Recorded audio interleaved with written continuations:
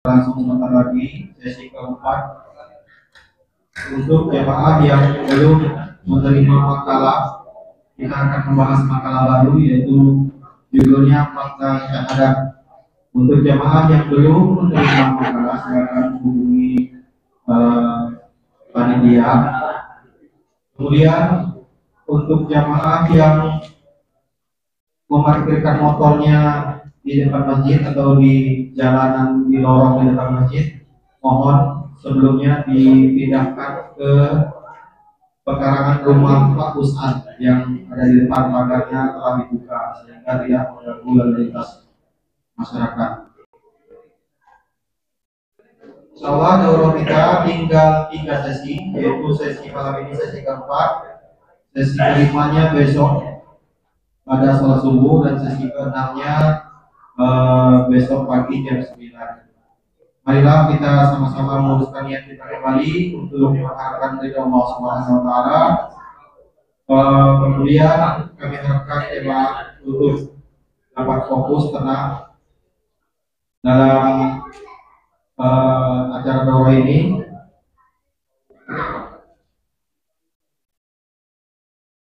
Kemudian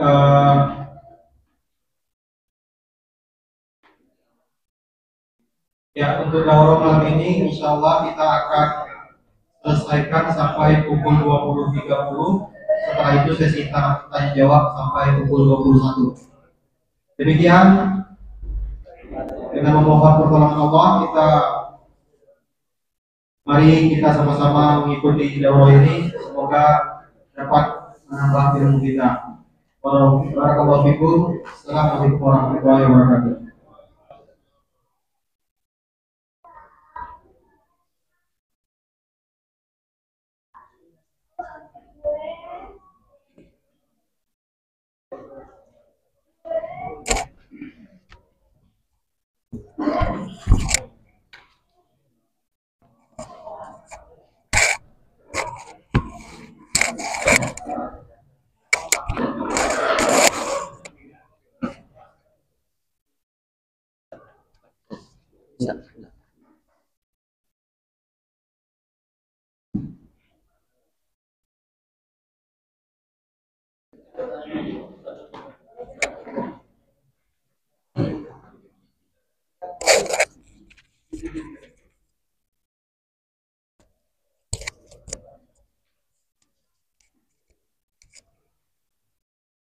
Assalamualaikum warahmatullahi wabarakatuh.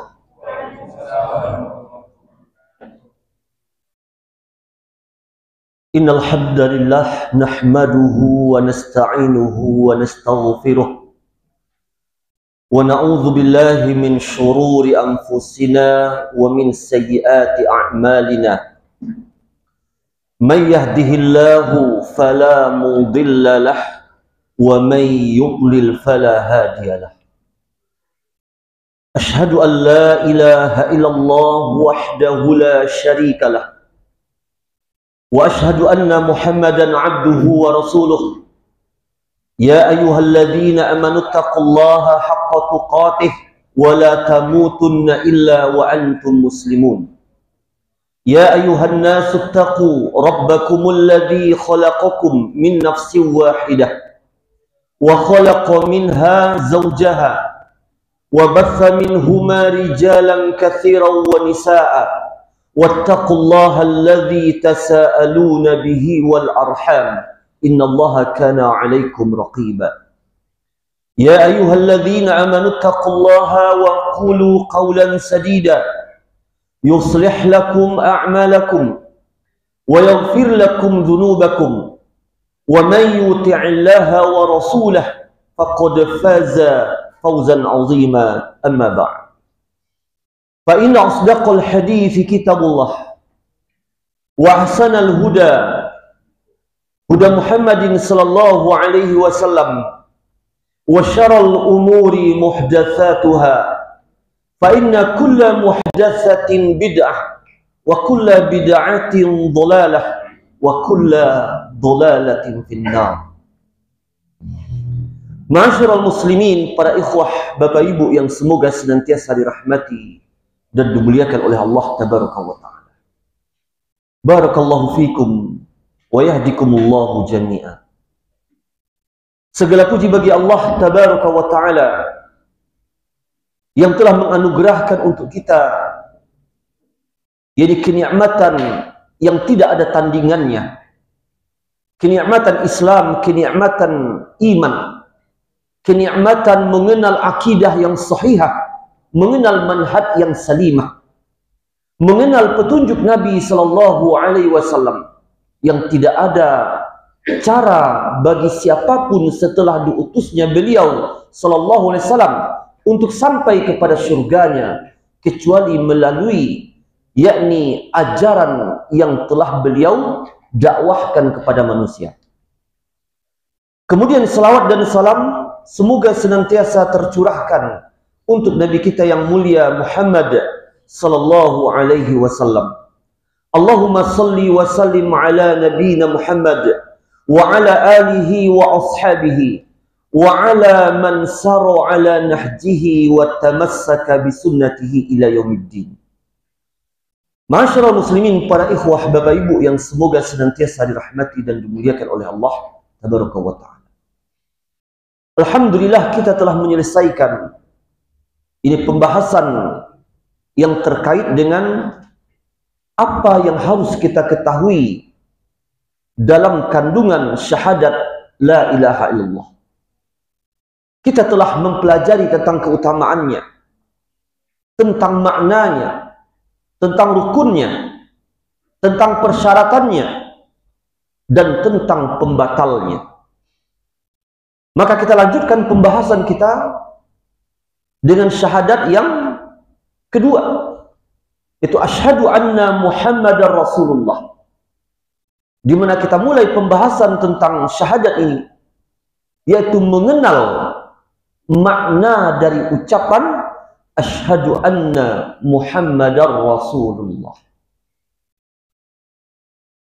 Berkata Syekh bin Baz rahimahullah ta'ala dalam fatwa Nur ala Dar, belum mengatakan makna syahadati anna Muhammadar Rasulullah. Makna dari syahadat Muhammad Rasulullah adalah an tashhada ala ilmin wa yaqinin wa sidqin anna Muhammad bin Abdullah bin Abdul Muttalib huwa Rasulullah haqqan ila jami'i thaqalain jinnihim wa insihim wa annahu khatamul anbiya laisa ba'dahu nabi alaihi salatu wassalam. Bahwa makna syahadat asyhadu anna Muhammad Rasulullah, engkau mempersaksikan berdasarkan ilmu dan dengan keyakinan, dengan penuh kejujuran, bahwasanya Muhammad bin Abdullah bin Abdul Muttalib, beliau adalah utusan Allah yang sesungguhnya. Beliau adalah Rasulullah yang diutus kepada semua makhluk yang mukallaf, tsaqalain, jin dan manusia. Dan bahwa beliau adalah penutup para nabi, di mana tidak ada nabi setelah beliau sallallahu alaihi wasallam. Maka berdasarkan hal ini, setidaknya ada 6 unsur yang ada di dalam ucapan asyhadu anna Muhammadar Rasulullah, yang dia merupakan makna dari syahadat ini, yang harus kita meyakininya.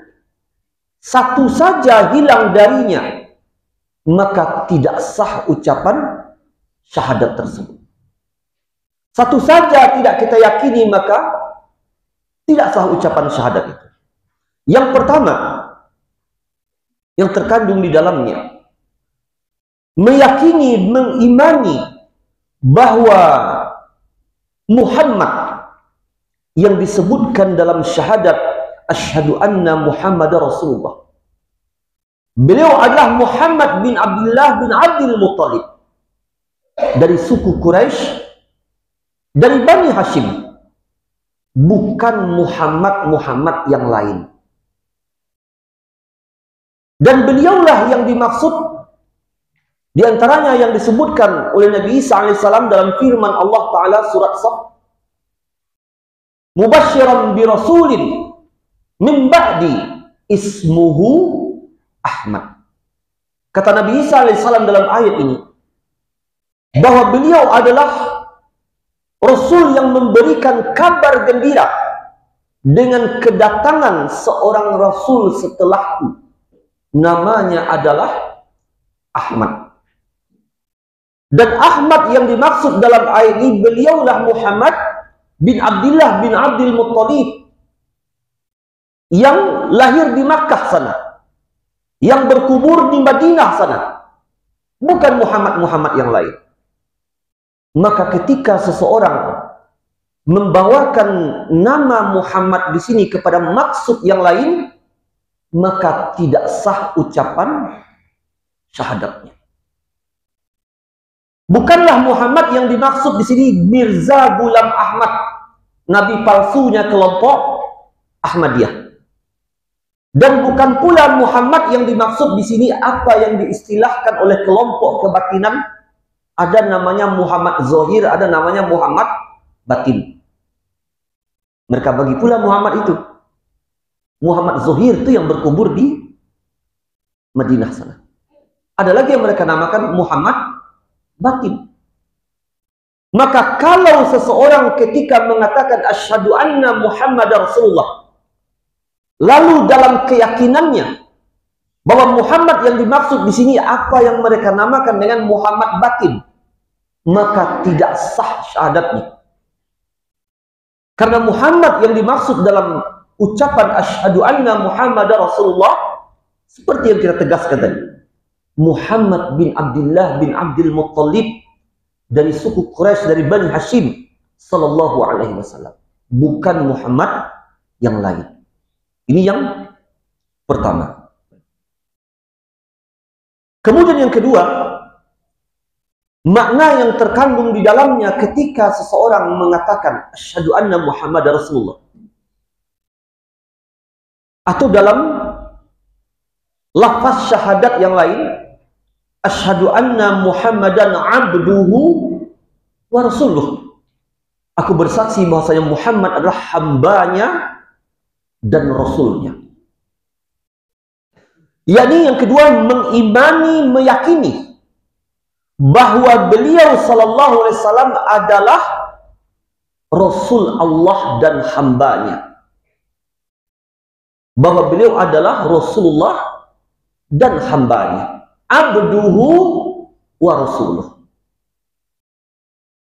Digabungkannya dua hal ini di dalam lafaz syahadat asyhadu anna Muhammadan abduhu wa rasuluh.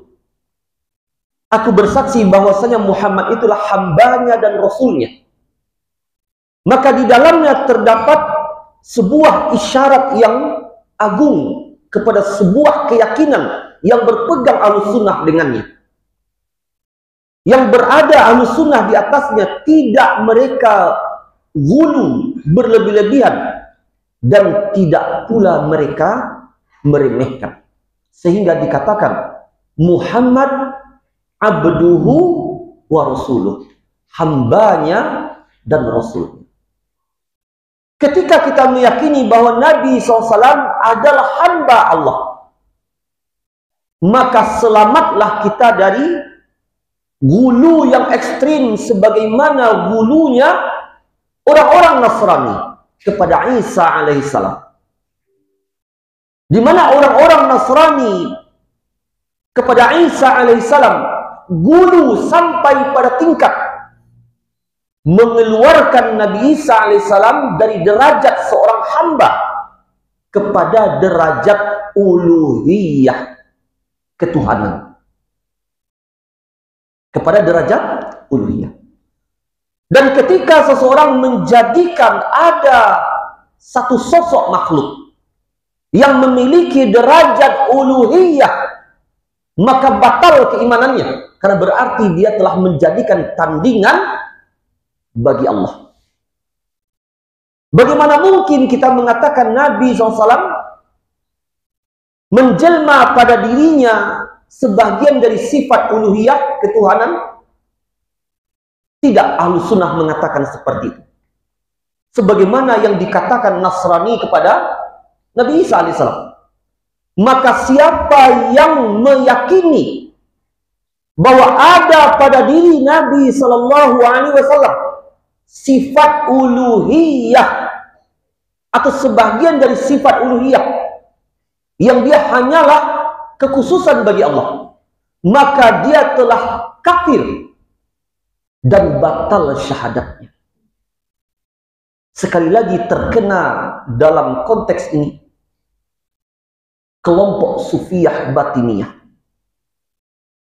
di mana mereka mensifati Nabi SAW dengan sifat-sifat yang gulu sesuai dengan kaidah yang ada dalam ajaran mereka, yaitu ajaran Nur Muhammad. Nah, pernah dengarnya? Ajaran Nur Muhammad. Bagaimana ajaran Nur Muhammad? Ini mereka meyakini, itu bagi orang yang mengilmui, meyakini tentang ajaran Nur Muhammad ini, akan sampai pada kesimpulan bahwa insan kamil yang diwujudkan dalam rupa Nabi Sallallahu Alaihi Wasallam adalah manusia yang memiliki sifat uluhiyah, sehingga mereka tidak terima kalau Nabi pernah patah giginya di perang Uhud. Dan terang-terangan si Rozi mengingkari hadis Bukhari,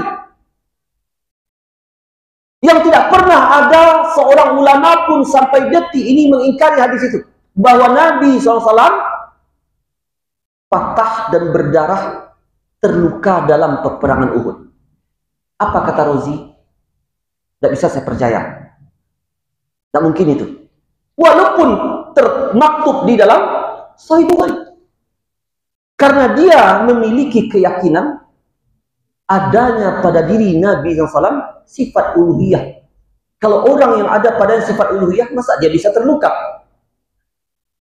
Dan banyak khurafat-khurafat sufi tentang Nabi SAW.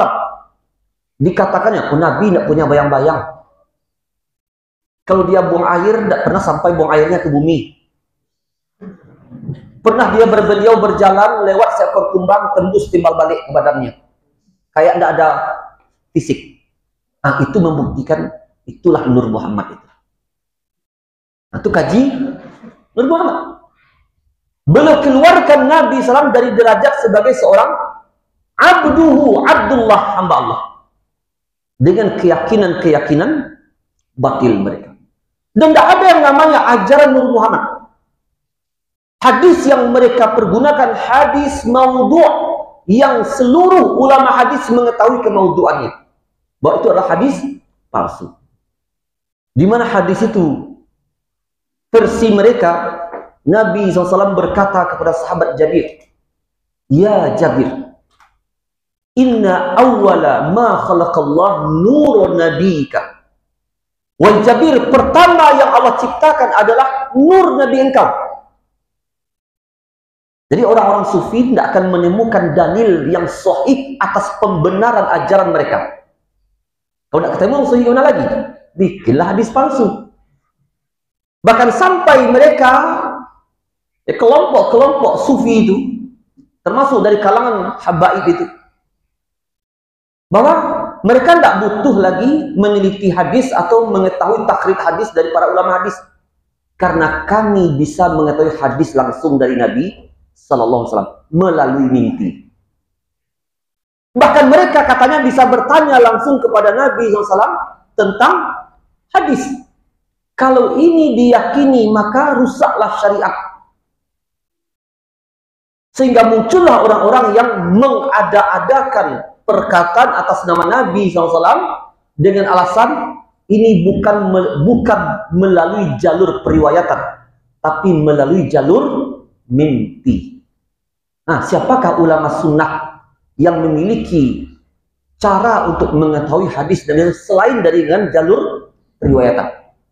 Orang sufi tidak butuh lagi haddatsana akhbarana an fulan fulan fulan, tidak butuh lagi. Tidak butuh lagi telah mengkhabarkan kepada kami si fulan dari si fulan dari si fulan dari Nabi SAW. Tidak. Karena mereka langsung qala li Nabi sallallahu alaihi wasallam, berkata kepadaku Rasulullah SAW. Di mana? Fil manam, dalam mimpi. Itulah sufi. Rujukan agama mereka adalah mimpi. Maka wajib bagi kita meyakini bahwa Nabi SAW adalah abduhu, hamba Allah. Agar apa?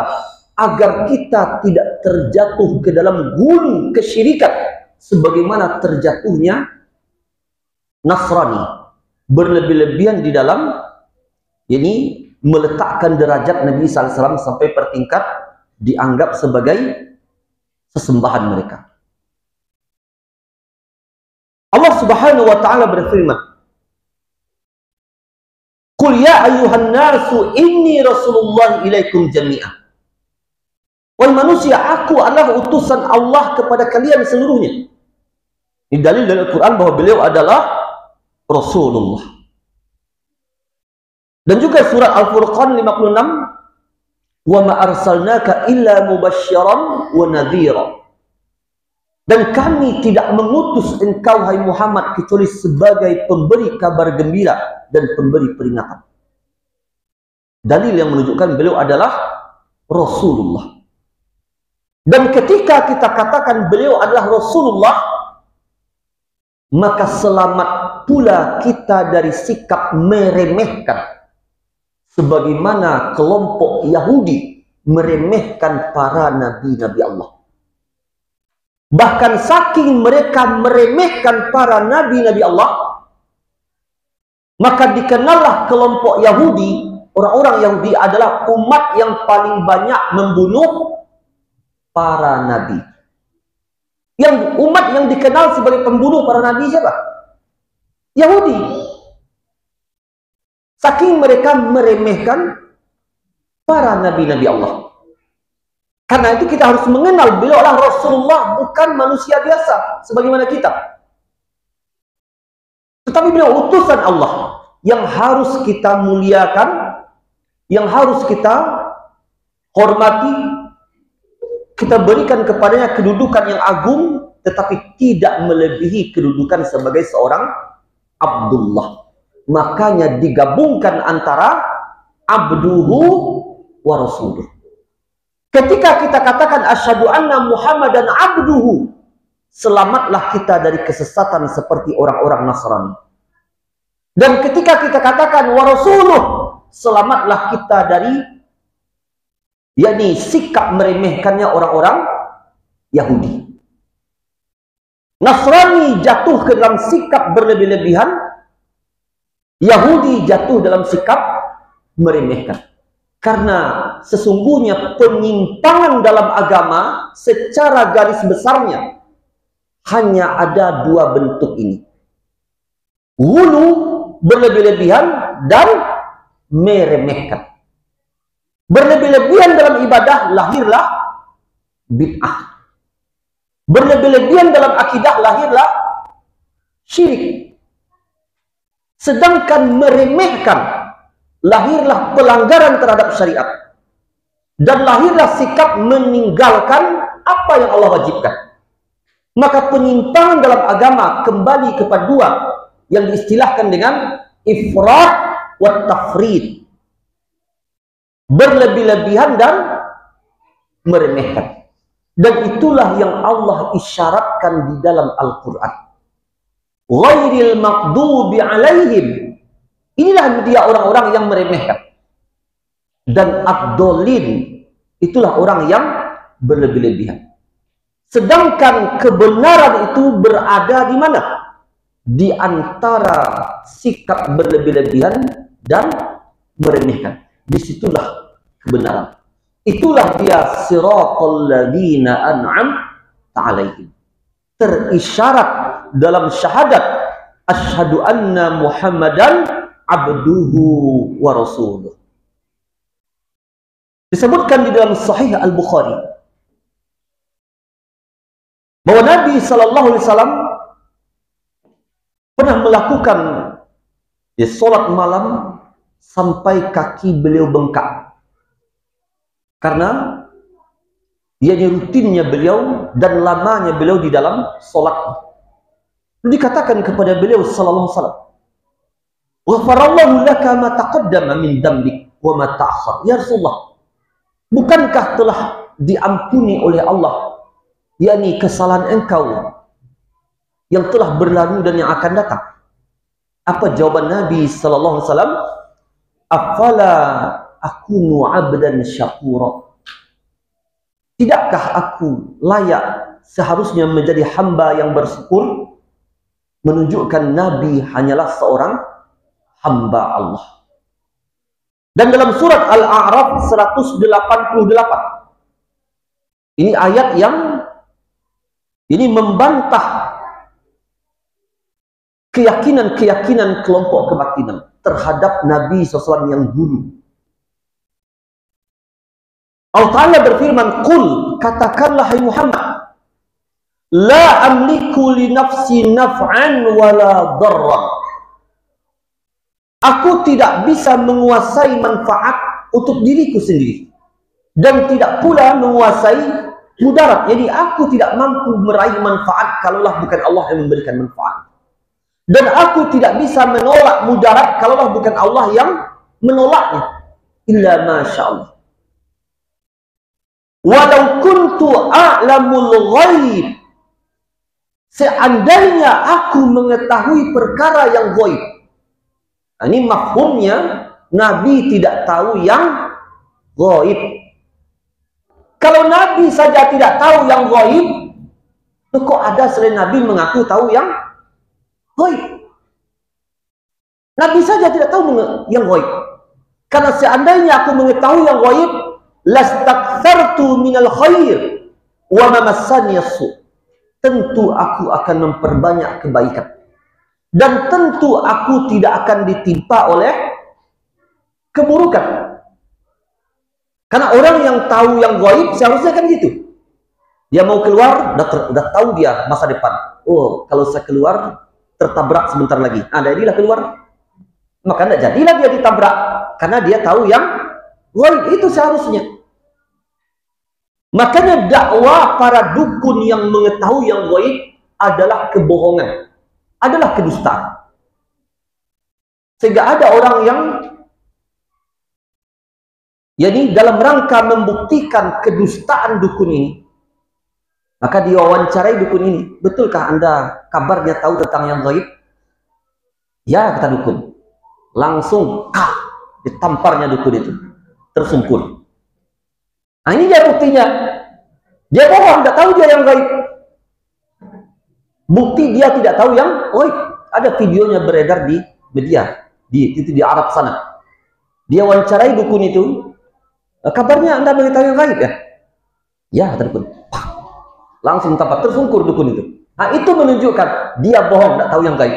Karena dia tidak tahu saya berencana untuk menamparnya. Karena kalaulah dia memiliki ilmu gaib, maka tentu dia bisa mereka, "Kamu mau menampar saya kan?" Ternyata dia tidak mengetahui. Nabi tidak mengetahui yang gaib. Lalu bagaimana ada yang mengetahui yang gaib? Dan siapa yang mengklaim mengetahui yang gaib, maka batal keislamannya. Karena Allah Ta'ala berfirman, "Wa indahu mafatihul ghaib la ya'lamuha illahu." Hanya di sisi Allah lah kunci-kunci ilmu gaib. Tidak ada yang mengetahuinya kecuali hanya dia saja. Tapi kelompok Thariqah Batiniyah Sufiyah mengatakan, guru kami itu ke rumahnya, dia tahu kapan dia mati. Itu ke rumah guru kami itu. Ini bohong. Karena Allah Ta'ala mengatakan, "Wa ma tadri nafsun bi ayyi ardin tamut." Ayat terakhir dari surat Luqman. Tidak ada satu jiwa pun yang tahu di bumi mana dia akan mati. Tetapi dia mengklaim karomahnya apa? Dia tahu kapan dia akan mati. Wa ma tadri nafsun madza taksibu ghadan. Tidak ada seorang pun yang akan tahu apa yang akan dia lakukan besok. Maka peramal-peramal masa depan, kalau kita yakini itu, maka kufur seseorang yang meyakini adanya orang mengetahui masa depan. Maka ayat ini menunjukkan Nabi SAW hanyalah hamba manusia biasa, tidak tahu yang gaib. Kalau ada pertanyaan, itu bagaimana Nabi mengkhabarkan tentang tanda-tanda kiamat akan terjadi begini, akan terjadi begini? Maka jawabannya apa? Secara asal Nabi tidak tahu yang gaib, tapi Nabi tahu setelah diberi tahu. Siapa yang beritahu? Allah Tabaraka wa Ta'ala. Setelah diberitahu oleh Allah, barulah keluar hadis tentang tanda-tanda kiamat, bahwa akan terjadi di akhir zaman begini, begini, begini. Semuanya perkabaran dari sisi Allah Ta'ala. Bukan Nabi sendiri yang mengetahui yang gaib itu. Tapi itu perkabaran dari sisi Allah. Kemudian makna syahadat asyhadu anna Muhammad Rasulullah yang ketiga, bahwa beliau adalah utusan Allah yang membawa syariat. Karena risalah itulah syariat. Tidak dikatakan seseorang sebagai rasul kecuali dia membawa risalah. Ini perbedaan nabi dan rasul. Kalau nabi, dia tidak membawa risalah. Risalah itu adalah syariat untuk umat yang diutus mereka kepadanya. Tapi Nabi SAW membawa risalah, makanya beliau dikatakan Rasulullah. Dan risalah itulah Islam, agama kita ini. Allah Ta'ala berfirman dalam surat Al-Ma'idah 67, Ya ayyuhar Rasul, balligh ma udzila ilaika min rabbik.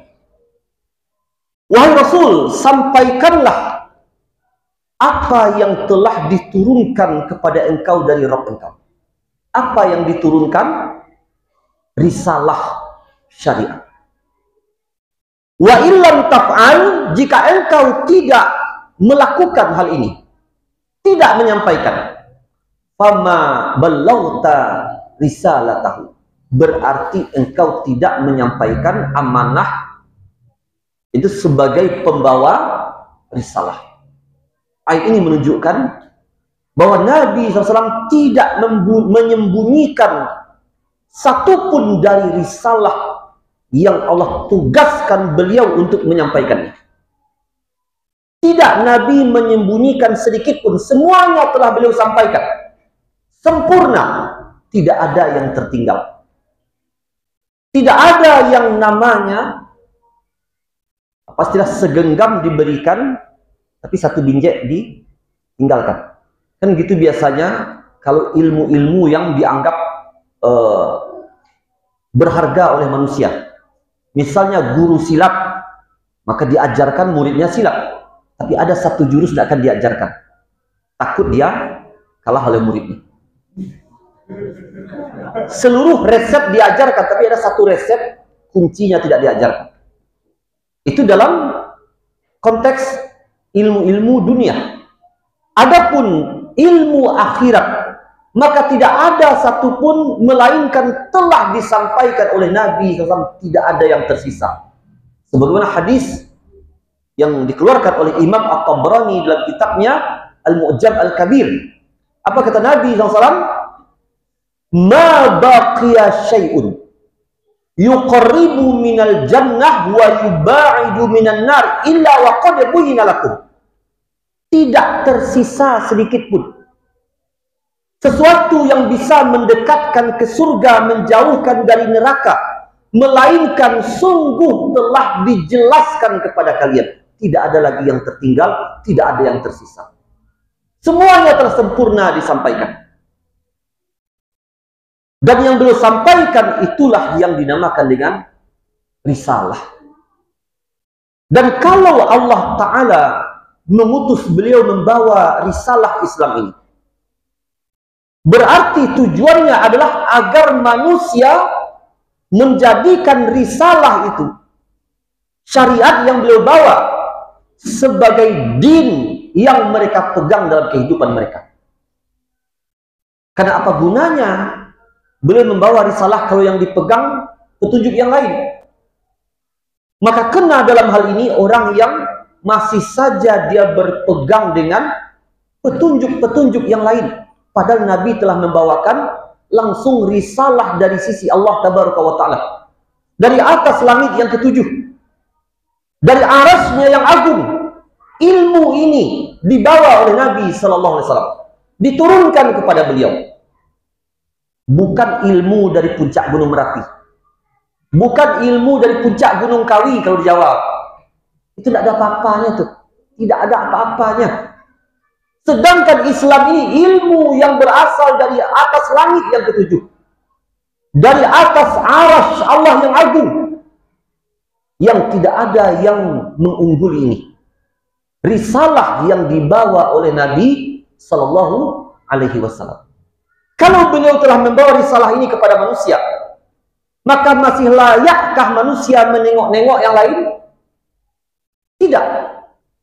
Kalau dia masih menengok yang lain, masih menoleh kepada petunjuk yang lain, maka berarti dia meremehkan ini.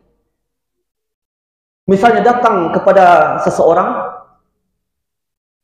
taruhlah namanya apa? Dalam dunia persilatan, datanglah seseorang membawakan kitab ilmu bela diri yang diklaim sebagai kitab ilmu bela diri terbaik. Seluruh jurus ada di sana.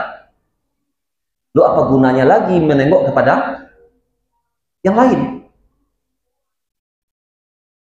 Berarti ketika Nabi SAW membawa risalah ini kepada kita, maka tidak boleh lagi kita tengok risalah-risalah yang lain. Apalagi itu bukan risalah yang berasal dari Allah, hanya pemikiran manusia. Tidak boleh lagi kita pegang kitab-kitab filsafat, ilmu kalam. Karena cukup bagi kita, yakni tujuan beliau dibawa itu adalah, diutus itu adalah membawa risalah agar kita menjadikan risalah yang beliau bawa sebagai agama dalam kehidupan kita. Dan Allah Ta'ala berfirman, وَمَنْ يَبْتَغِي غَيْرَ الْإِسْلَامِ دِينًا فَلَنْ يُقْبَلَ مِنْهُ وَهُوَ فِي الْآخِرَةِ مِنَ الْخَاسِرِينَ. Siapa yang mencari din selain dari risalah yang dibawa oleh Nabi Sallallahu Alaihi Wasallam, yaitu Islam, Allah tidak akan menerimanya. Menunjukkan seluruh risalah selain yang dibawa Nabi SAW, Allah tidak akan menerimanya. Dan dia di akhirat termasuk orang yang merugi.